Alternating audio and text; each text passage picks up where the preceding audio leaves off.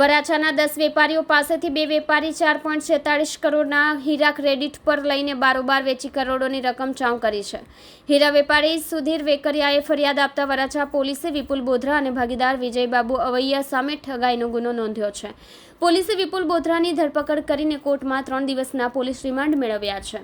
નાના વરાછા ગિરનાર સોસાયટીમાં રહેતા 33 વર્ષીય હીરા વેપારી સુધીરભાઈ વેકરિયાની ઓફિસે વિપુલ બોધરા આવ્યા હતા. શરૂઆતમાં તેણે 1 મહિનાની ક્રેડિટ પર હીરા લઈ 90 રૂપિયા આપી દીધા હતા. આથી હીરાના વેપારીએ વિપુલે વિશ્વાસ કરી હીરાનો માલ આપ્યો હતો. લેભાગુ વેપારી વિપુલ બોધરા અને તેના ભાગીદાર વિજય અવૈયાએ વેપારી પાસેથી 5 જાન્યુઆરી 2024થી અત્યાર સુધીમાં 66.11 લાખના હીરા ક્રેડિટ પર લઈને બારોબાર વેચી મારી ગાયબ થયા હતા. આવી જ રીતે બંને લેભાગુ વેપારીઓએ અન્ય 9 વેપારીઓ પાસેથી 3.79 કરોડના હીરા ક્રેડિટ પર લઈને વેચી માર્યા હતા. 10 વેપારીઓ પાસેથી વિપુલ અને તેના ભાગીદાર વિજયે 4.46 કરોડના હીરા લઈને રફુ ચક્કર થઈ ગયો છે.